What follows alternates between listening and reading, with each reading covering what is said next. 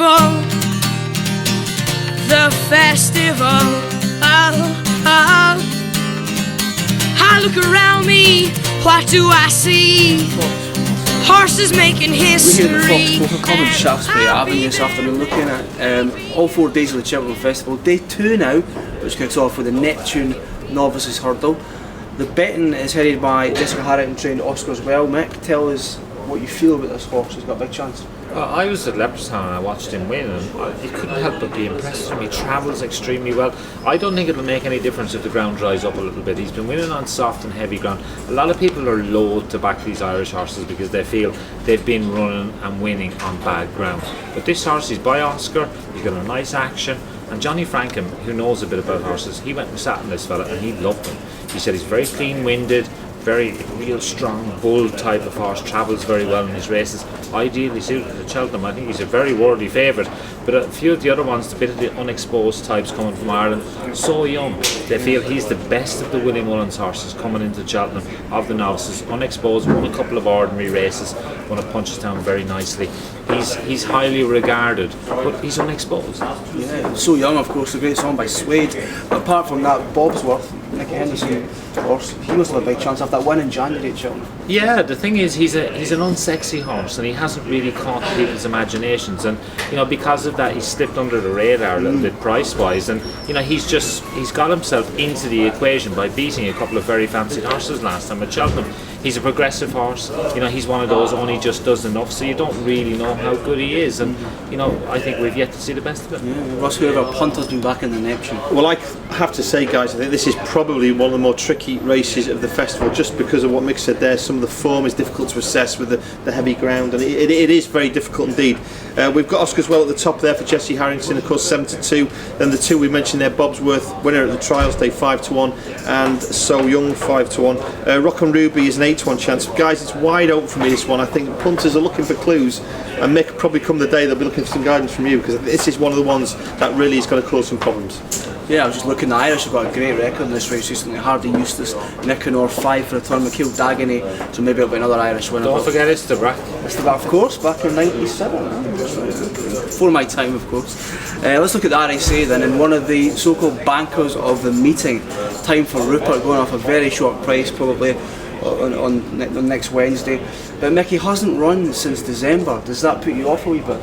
If you're a stats man, of which I am a little bit because I think they never lie, and if you look at some of the leading contenders in the race, Time for Rupert, they say no horse has won this race having not run since the turn of the year, and for me he's got everything you need. He was a very good second to big bucks in the World Hurdle last year. He jumps beautifully, he beat Cairns, who's gone on and won the race in post chase, so his form is rock solid. He's been taken away to a couple of race courses for gallops. Paul Webber, his trainer, he says he couldn't be happy with him. Will Kennedy, who rides him, he says that he is a worthy favourite. Yeah, and who else? We've got Jesse's Dream, of course, who's been winning a lot of top races in Ireland. Yeah, the Irish have really had their copybook blotted almost by the likes of Michael Dagenay, disappointing, and they're talking about a few more of the Irish horses. Jesse's Dream is one I like. This is the horse that benefited from the fall of Michael Dagenay at the last one. That horse looked like he was going to win. I'm not so sure, because I love the way Jesse's Dream goes about it. Gordon Elliott, bright young star, of course, coming from Ireland. Gordon, I have a lot of respect for him. He's owned by David Johnson, this horse. Timmy Murphy, who rides him, he really rates him. So I think Jesse's Dream could be a little bit of value to upset the favourite. Sure. And finally, a quick word. Michael Dagenay looked at the world at his feet in 2009. It's all went wrong since, but he should run in this race. Any chance of miracle recovery? I doubt. Ross, Michael Dagenay's price and the rest of the RSA. Yeah, Michael Dagenay, I was quite bullish about that horse earlier in the road to Cheltenham. Mick kiboshed that, and I think he's probably right. It's a 12-1 chance at the moment, very unlikely now, I think, that horse will be winning the race of this calibre. Time for Rupert, very solid in the betting, has been all the way through, and even without the prep, it's quite remarkable how this horse has maintained its price. It's clearly good. Paul Webber's obviously been quite bullish, not usually his way about these things, Mick, but 9-4 favourite at the moment with Sporting. But Jesse's Dream, Timmy Murphy rides this beautifully, his horse, 8-1. The one I'm interested in here is 1833 at the Paul Nicholls media day just last week that we were at. This horse really did look magnificent. I'm no expert on at the conformation and the way a horse should look, guys, but that was the word amongst all the press and people who do know that 1833 looked an absolute picture, and Paul Barber was very bullish about that one's chances. 7-1 again, wide open as you'd expect at Cheltenham, but 9-4 time for Rupert. For me though, each way 1833 at 7-1. Thanks, Ross. On to the big race of the day, and some would say the biggest race of the festival. We would. It's the sportingbet.com Queen Mother Championships. Can't wait for this. Can't wait for the hospitality next Wednesday.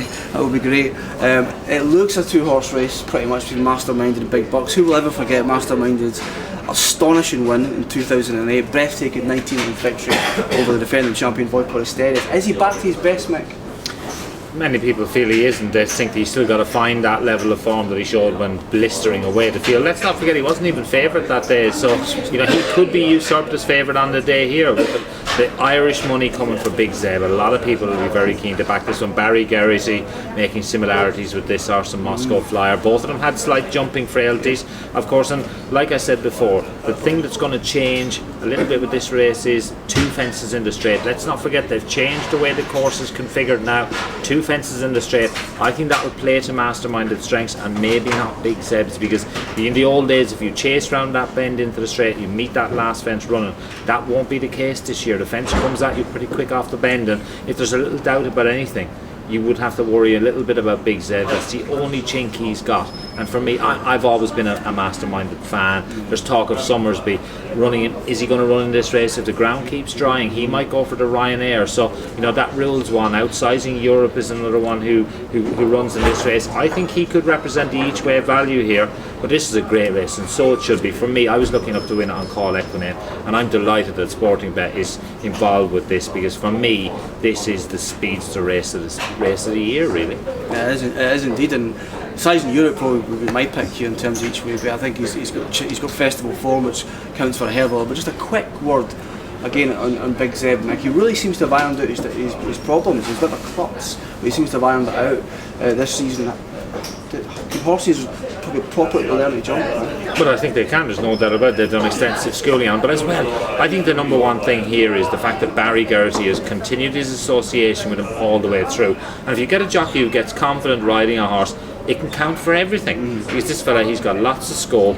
He's made a couple of silly little mistakes through his career, but they've learned from each one of those. So for me, I think Big Zeb, it's less of a worry, but I think the two fences in the straight probably won't play to his strengths. Okay. Rush, you're a betting man through and through. Who will start favourite next Wednesday? Well, I think Big Zeb will start the favourite, guys. I'm convinced of it. I'm on the morning line on Wednesday morning, and I'm going to make sure that I try and make that point very clear indeed. I think Big Zeb will start the favourite. If you look at Mastermind's preparation comparison this year to last year, it was actually, this year's been more solid, his preparation. He was 10-11 this time last year for the Queen Mother. Now obviously an 11-4 chance. We've been desperately trying to get the horse all throughout the winter, guys, and I have to say that I think we'll probably see 3-1 at some stage about the former champion. So the sportingbet.com Championship, obviously it's a privilege for us to be sponsoring that race, the prestige of the race, and I think that we've actually landed ourselves with a fantastic betting heat as well. Summersby's in there at 7-1. We don't know quite what the running plans are, and Wilcombe Folly for me surely isn't in the same league as Masterminded. That's a 7-1 chance as well. Captain Seaby, I think, is a bleeder, Mick, around about a 9-1 chance. And the one I agree with you two guys on, Sizing Europe, could be the one that scuppers the party here for Masterminded. 9-1 each way. There's probably 7 or 8 great contenders. Really looking forward to it. Like I said, it's a privilege for us to be sponsoring such a huge and prestigious race. A privilege indeed. And day 2 should be fantastic. Will it be Big Zeb? Will it be Masterminded? Who knows? Can't wait for it though.